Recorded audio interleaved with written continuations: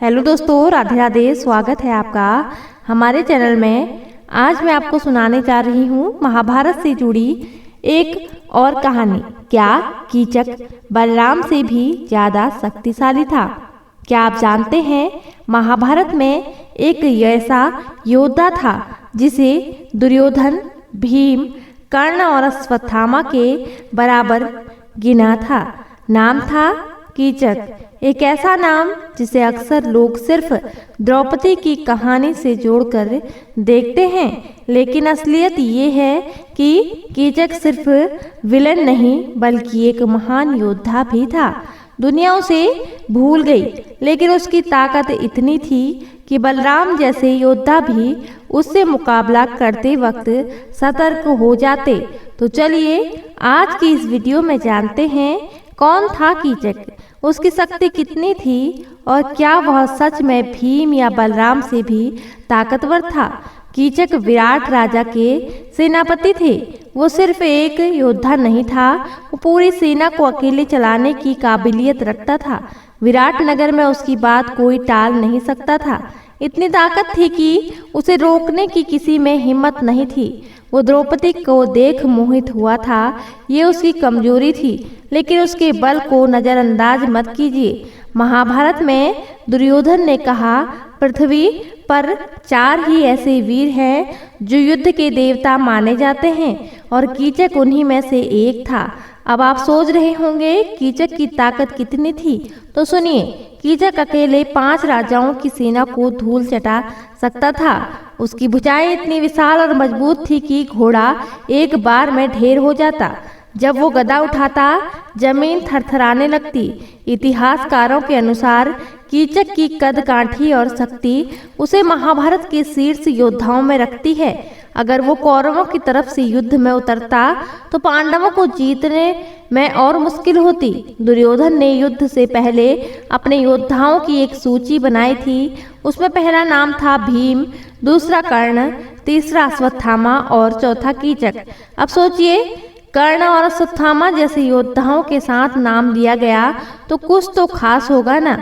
दुर्योधन जानता था कि कीचक उसकी सबसे बड़ी ढाल बन सकता है, लेकिन अफसोस कीचक युद्ध से पहले ही मारा गया, नहीं तो महाभारत की दिशा कुछ और होती। अब बड़ा सवाल, क्या कीचक बलराम से भी ताकतवर था? सीधा जवाब नहीं, लेकिन इतना आसान भी नहीं।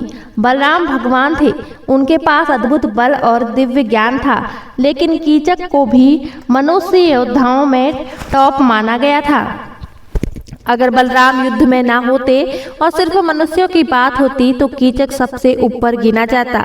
बलराम और कीचक की टक्कर होती तो शायद युद्ध घंटों तक चलता। कीचक सिर्फ बल से नहीं, बुद्धि से भी लड़ता था। वो जानता था कि अब रुकना है, कब वार करना है। उसकी गदा चलती तो हवा भी रास्ता बदल लेती। वो अकेले पूरी सेना का रुख मोड़ सकता था। कई बार तो दुश्मन उसकी मौजूदगी से ही डरकर पीछे हट जाते। कहते हैं कीचक ने बचपन से ही युद्ध की हर कला में महाभारत हासिल की थी। अब आती है सबसे चर्चित बात, कीचक और भीम की भिड़ंत। जब द्रौपदी ने कीचक की शिकायत की तो भीम आग बबूला हो गया। रात के अंधेरे में उसने कीचक को बुलाया और फिर वो भयंकर गधा युद्ध हुआ। कीचक ने भी पूरा दम दिखाया, लेकिन भीम पांडव थे, उनके क्रोध के आगे कीचक भी टिक नहीं पाया। आखिरकार भीम ने उसे मौत के घाट उतार दिया, लेकिन ध्यान रहे ये आसान नहीं था। अब सोचिए, अगर कीचक महाभारत के युद्ध में जिंदा रहता तो शायद कर्ण, द्रोण और दुर्योधन को और ताकत मिलती। शायद अर्जुन और भीम को एक और भयंकर योद्धा से लड़ना पड़ता। इतिहासकार मानते हैं कि कीचक अगर जिंदा होता तो पांडवों की जीत टल सकती थी। उसकी रणनीति और बल दोनों ही कौरवों के लिए हथियार बन सकते थे। कीचक की सबसे बड़ी भूल उसका अहंकार। द्रौपदी की सुंदरता के आगे वो सब कुछ भूल गया था।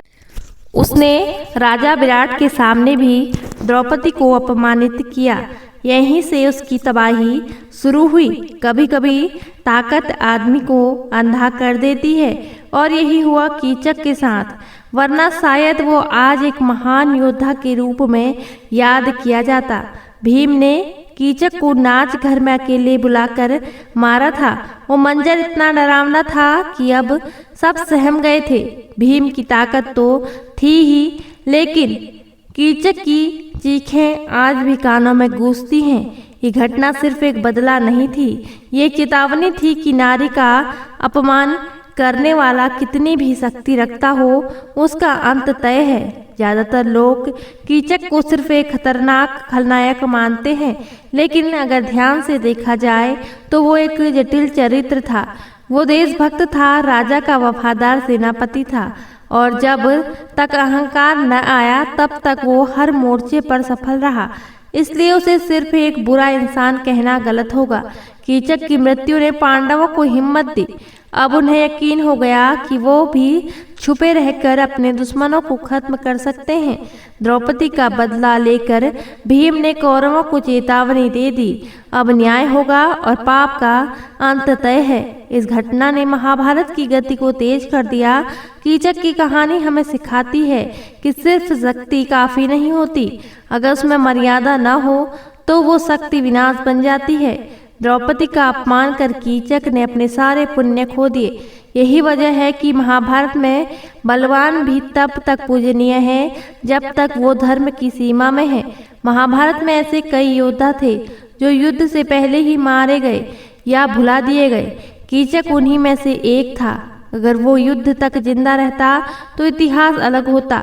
हर बार जब हम महाभारत को पढ़ते हैं तो ऐसे अनसुने योद्धाओं की कहानियां हमें चौंका देती है। इनसे हमें यह समझ आता है कि युद्ध सिर्फ अर्जुन और भीम का नहीं था, बल्कि बहुतों ने अपने अपने मोर्चे लड़े। तो दोस्तों, अब आप खुद सोचिए, क्या कीचक सिर्फ एक दुष्ट पात्र था या एक ऐसा वीर जो अपनी एक गलती की वजह से इतिहास में गलत रूप में याद किया गया? शक्ति, मर्यादा और अहंकार कीचक की कहानी में ये तीनों एक स्थान पर मिलते हैं। आपकी राय क्या है? कमेंट में ज़रूर बताएं। दोस्तों, अगर आपको यह कहानी पसंद आई हो तो वीडियो को लाइक ज़रूर करें और हमारे चैनल को सब्सक्राइब करना ना भूलें ऐसे ही आध्यात्मिक और ज्ञानवर्धक कहानियाँ सुनने के लिए। धन्यवाद। जय श्री कृष्णा, जय माता दी।